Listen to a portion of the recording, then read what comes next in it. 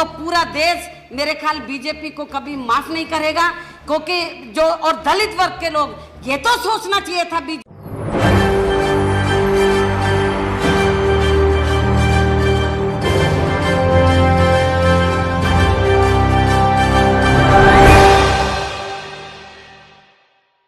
नमस्कार, SP9 news में आपका बहुत बहुत स्वागत है। 2024 के लोकसभा चुनाव की तैयारियों में तमाम राज्य लग चुके हैं, लेकिन तमाम राज्यों में से एक राज्य की चर्चा यहां पर बार बार होती हुई नजर आ रही है और वो राज्य है उत्तर प्रदेश, यूपी, जिसमें योगी का गढ़ भी कहा जाता है। लेकिन ये दावा अब समाजवादी पार्टी की तरफ से कहा जा रहा है कि अब ये योगी का गढ़ नहीं, बल्कि यहाँ पर समाजवादी पार्टी का दबदबा रहने वाला है। योगी आदित्यनाथ की कुर्सी अब सपा मुखिया अखिलेश यादव छीनते हुए नजर आएंगे। इस बात को लेकर ये खबरें क्यों आ रही हैं? क्योंकि समाजवादी पार्टी लगातार योगी आदित्यनाथ की सरकार पर चोट मारती हुई नजर आ रही है, बार बार सवाल या निशान खड़े कर रही है। अब ऐसे में आपको बता दें कि समाजवादी पार्टी ने जैसे ही घोषी उपचुनाव में अपनी जीत हासिल की, उसके साथ से ही यहाँ पर समाजवादी पार्टी ने योगी आदित्यनाथ के ऊपर कई सवाल दाग दिए। ऐसे में आपको ये बता दें कि यहाँ पर OP राजभर जो NDA में शामिल हो गए, वो बार बार समाजवादी पार्टी की आलोचना करते हुए नजर आ रहे थे, उनको करारा जवाब दिया। आजम खान के खिलाफ IT जो यहाँ पर रेड कर रही थी, उसके खिलाफ भी योगी आदित्यनाथ को चुनौती अखिलेश यादव देते हुए नजर आए। डिम्पल यादव पर तमाम यहाँ पर सोशल मीडिया पर हमले किए जा रहे थे, उसका जवाब भी अखिलेश यादव देते हुए नजर आए और गठबंधन पर भी अखिलेश यादव अपनी चुप्पी तोड़ते हुए दिखाई दिए। तो वहीं जो घोषी उपचुनाव में समाजवादी पार्टी की जीत का दावा बहुजन समाज पार्टी की तरफ से किया जा रहा था, वो दावे को लेकर ये कहा जा रहा है कि जल्द मायावती और अखिलेश यादव गठजोड़ कर सकते हैं। अगर ये गठजोड़ होता है तो यहाँ पर योगी आदित्यनाथ की मुश्किलें सबसे ज़्यादा बढ़ेंगी, क्योंकि योगी आदित्यनाथ यहाँ पर सिर्फ और सिर्फ हिंदुत्ववाद का कार्ड खेलते हुए नजर आए और वही हिंदुत्ववाद का कार्ड खेलने के चक्कर में वो और पीछे होते हुए नजर आए। कानून व्यवस्था के तहत उनकी सच्चाई सामने आ गई, महिलाओं की सुरक्षा के तहत उनकी सच्चाई सामने आ गई, किसानों के मुद्दों के तहत उनकी सच्चाई सामने आ गई। एक एक करके समाजवादी पार्टी ने हकीकत योगी आदित्यनाथ की दिखा दी और जो बुलडोजर यहाँ पर सिर्फ माफियाओं पर चलता हुआ नजर आया, वो बुलडोजर बृजभूषण शरण सिंह पर नहीं चला, वो बुलडोजर यहाँ पर भारतीय जनता पार्टी के तमाम मंत्रियों पर नहीं चला, लेकिन विपक्षी पार्टियों पर बखूबी चलता हुआ नजर आया। तो इसी बात को लेकर यहाँ पर एक बड़ा दावा समाजवादी पार्टी ने कहा है कि लोकसभा चुनाव वो जीतते हुए नजर आएंगे और योगी आदित्यनाथ को एक तरीके से मात देंगे। क्या कुछ अखिलेश यादव कहते हुए नजर आ रहे हैं, देखिए जरा। बताओ, आपकी समाजवादी पेंशन छीनी कि नहीं छीनी? आपके बच्चों को जो दूध मिल रहा था वो छीना कि नहीं छीना इन्होंने? ये जो बाबा जी लैपटॉप देने की बात कहे थे हमारे मुख्यमंत्री जी, बताओ लैपटॉप मिल रहा है कि नहीं मिल रहा है? और जो समाजवादियों ने दिया था, बताओ आज भी गांव में खोलते होंगे तो वही नजारा दिखाई देता होगा। 7 साल में बताओ, ये हिसाब किताब इनसे भी पूछो 7 साल का। ये भाजपाई लोग जो गांव में जाकर के भड़का रहे हैं, बहका रहे हैं, जरा अपना 7 साल का हिसाब किताब तो बताओ क्या दिया है। ये हमारे हित को पैदा करने वाले लोग जानते होंगे, जब वैट खत्म करना था तो आपकी सरकार के पास आए थे, वैट खत्म कर दिया था, गुलकंद पे भी, गुलाब के पानी पर भी, और भी सुविधाएं दे दी। लेकिन जैसे ही भाजपा सरकार आई, बताओ GST लग गया कि नहीं लग गया और महंगा हो गया कि नहीं हो गया? कितनी बातें बताऊं, काम में आपका मुकाबला नहीं कर सकते हैं। बताओ, काम में मुकाबला कर सकते हैं क्या? आपके काम में मुकाबला नहीं कर पा रहे हैं, इसीलिए तो बैठी बैठी बात कर रहे हैं। बैठी हुई बैठी कैसी बातें हो रही हैं आपको पता होगा। इसलिए साथियों, हम आपसे निवेदन करने आए और फिर कहता हूं, कन्नौज को विकास की ऊंचाइयों पर अगर किसी ने पहुंचाया है तो समाजवादी लोगों ने पहुंचाने का काम किया। ये काम पे बात नहीं करेंगे, अब तो गठबंधन हो गया है।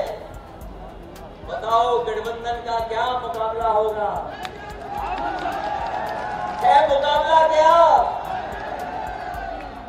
इसलिए हम अपने सब लोगों से निवेदन करना चाहते हैं, हर चीज में आप आगे हो, लेकिन आपके खिलाफ साजिश भी बहुत है। जैसे कि आपने अखिलेश यादव को सुना, उसके बाद यहाँ पर बात कर ली जाए मायावती की। जो अखिलेश यादव के दाव हैं वही मायावती के भी दाव हैं। मायावती खुद चाहती है कि योगी आदित्यनाथ की सरकार को यहाँ से हटाना है, इस बुलडोजर को अब यहीं खत्म करना है, बाबा का राज खत्म करना है और यहाँ पर एक तरीके से कानून व्यवस्था को सही तरीके से करना है। यहाँ पर बसपा का मुख्य एजेंडा है कि तमाम जातियों को एक समान समझा जाए। अभी भी उत्तर प्रदेश में हिंदुत्ववाद का कार्ड खेलते हुए यहाँ पर जातियों के नाम पर भेदभाव किया जाता है, समुदाय के नाम पर भेदभाव किया जाता है।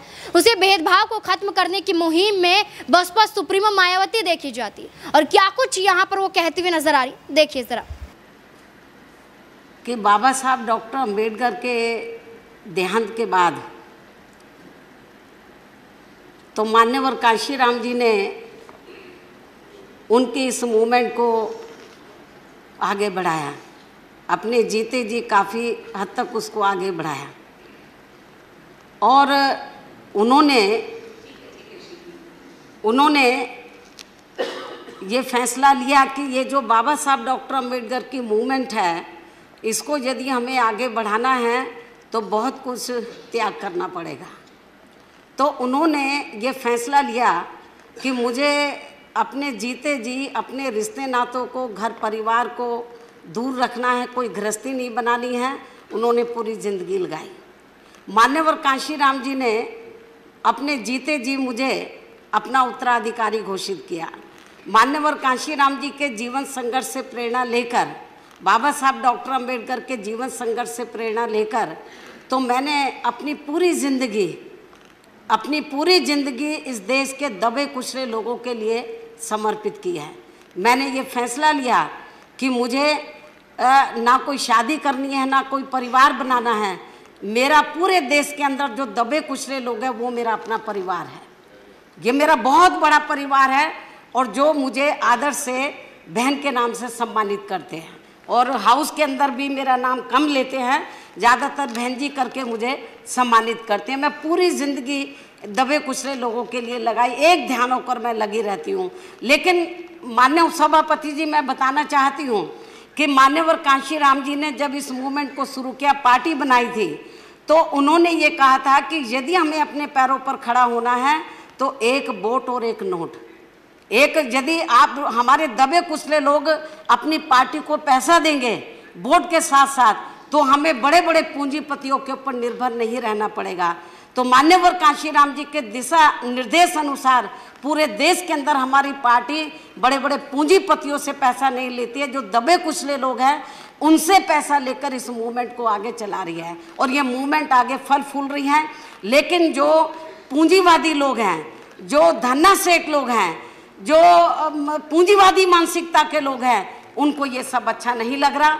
और ख़ास तौर से उत्तर प्रदेश जो आबादी के हिसाब से देश का सबसे बड़ा प्रदेश है, और वहाँ पर जब उत्तर प्रदेश के लोग पार्टी का संगठन वहाँ भी चला रहे, पूरे देश के अंदर वो आर्थिक मदद देते हैं। और जब मेरा माननीय उपसभापति जी, मैं बताना चाहती हूँ, जब मेरा जन्मदिन होता है 15 जनवरी को, तो पूरे देश के अंदर तो बहुजन समाज पार्टी के लोग इसे आर्थिक दिवस के रूप में मनाते हैं।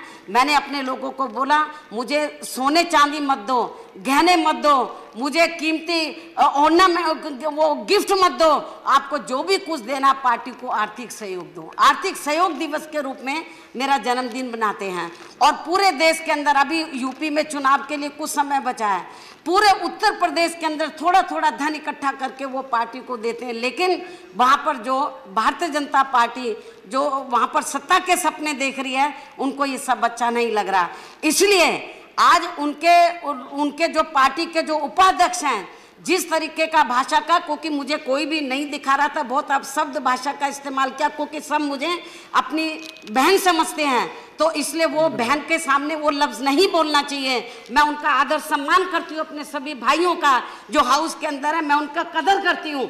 तो मैं समझ गई कि वो ऐसी भाषा का इस्तेमाल किया है जो मेरे संज्ञान में नहीं लाना चाहते।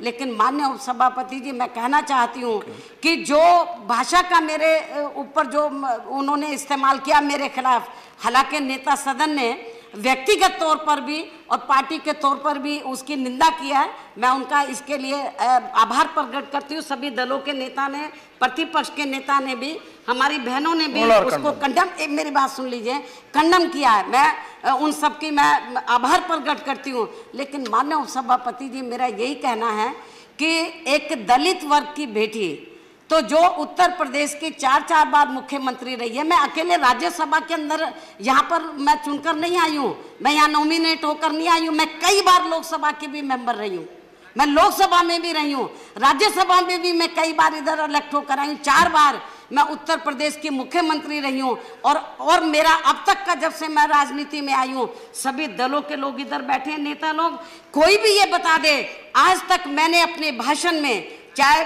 विपक्ष के लोग बैठे हैं या सत्ता पक्ष के लोग बैठे हैं, किसी भी, चाहे छोटा नेता बड़ा नेता, मैंने किसी को भी अपशब्द नहीं बोला है। विचारों की लड़ाई होती है, मैं विचारधारा को लेकर तो मैं हमेशा तीखा प्रहार करती हूँ, वो को करना चाहिए हम वीकर सेक्शन के हित में, लेकिन मैंने किसी के भी ना कैरेक्टर के ऊपर, ना मैंने कोई व्यक्तिगत तौर के ऊपर मैंने कभी किसी के ऊपर हमला नहीं बोला, कभी किसी नेता को मैंने अपशब्द भाषा का इस्तेमाल नहीं किया है। पूरा हाउस इस बात से अवगत है, पूरा देश इस बात से अवगत है। मेरे को बहुत से लोग कहते हैं कि बहन जी आपके बारे में ये भाषा बोली है, आपको भी बोलना चाहिए। मैंने बोला नहीं, ये मेरा कैरेक्टर नहीं है। ये जो लोग इस किस्म की भाषा बोल रहे हैं, तो जिन्होंने, आज मैं आपको बताना चाह रही हूँ माननीय उपसभापति जी, बीजेपी के जिस उपाध्यक्ष ने जिस भाषा का इस्तेमाल किया है, तो उन्होंने मुझे नहीं बोला है, उसने अपनी बहन के बारे में बोला है, अपनी बेटी के बारे में बोला है, उसने मुझे नहीं बोला है। जिस तरीके से आपने अब यहाँ पर मायावती और अखिलेश यादव को सुना, उसके बाद अब यहाँ पर एक बड़ी बात आती है कि दोनों अगर एक साथ आते हैं तो क्या योगी आदित्यनाथ की सरकार का सुपड़ा साफ होता हुआ नजर आएगा।